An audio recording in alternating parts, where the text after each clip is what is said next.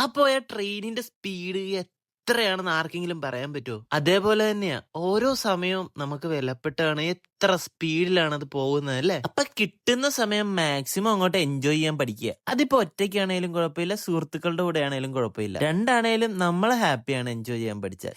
ഇന്നിപ്പോ ഞാൻ എന്റെ സമയം യൂട്ടിലൈസ് ചെയ്യുന്നത് ഈസ്റ്റ് ഹാമിൽ ഒരു അമ്പലത്തിൽ പോകാനായിട്ടായിരുന്നു. പ്രധാന ലക്ഷ്യം അമ്പലത്തിൽ പോവുക എന്നതല്ല, അത് ഞാൻ വഴിയേ പറഞ്ഞുതരാം. യുകെയിൽ അമ്പലങ്ങൾ കുറവാണെങ്കിലും ഇവിടെ വന്നപ്പോഴേക്കും ഒരു അമ്പലത്തിൽ ഒരുപാട് ദൈവങ്ങൾ കാണാൻ പറ്റി. പിന്നെ അവിടെ നിന്ന് ഇറങ്ങിയിട്ട് ഞങ്ങൾ നേരെ പോയത് ഒരു ചായ കുടിക്കാനായിട്ടാണ്. ഒരു അടിപൊളി സ്ട്രോങ് ചായ അങ്ങ് കുടിച്ച് സ്റ്റാർട്ടറായിട്ട് ഉഴുന്നുവടയും കഴിച്ച് സമാധാനത്തോടുകൂടി കുറച്ചു നേരം അങ്ങ് ഇരുന്നു. ഇതാ ഞാൻ പറഞ്ഞത്, ഇതിനാണ് ഞങ്ങൾ വന്നത്. ഞങ്ങൾ താമസിക്കുന്ന സ്ഥലത്ത് ഇതുപോലെ മലയാളി കടകള്, റെസ്റ്റോറൻറ്റ്സ് ഒക്കെ കുറവാണ്. അതുകൊണ്ട് ഇതിനോടുള്ള ഒരു കൊതി മൂത്തിട്ടാണ് ഇങ്ങോട്ടേക്ക് ചാടി വന്നത്. നവരുചി എന്ന് പറയുന്ന റെസ്റ്റോറന്റിൽ വന്നിട്ട് ഒരു ബിരിയാണിയും ആൽക്കപ്പയും മീൻകറിയും പിന്നെ കാന്താരി മന്തിയും കൂടെ കഴിച്ചായിരുന്നു. കൂട്ടത്തിൽ ഒരു സുലൈമാനിയും കൂടെ അങ്ങോട്ട് പറഞ്ഞു. എന്തായാലും പ്രതീക്ഷയൊന്നും തെറ്റായിട്ടില്ല. ബിരിയാണിയൊക്കെ നല്ല സൂപ്പർ ആയിരുന്നു കേട്ടോ, എനിക്ക് ഭയങ്കരമായിട്ട് ഇഷ്ടമായി. പിന്നെ പോയത് നോർത്ത് ഗ്രീൻവിച്ചിലോട്ടായിരുന്നു. അവിടെ പോയി ഇവർക്കൊക്കെ ഒരു ചെറിയൊരു ഷോപ്പിംഗ് ഉണ്ടായിരുന്നു. കൂടെ ഞാനും ഒന്ന് ഷോപ്പിംഗ് ചെയ്തു.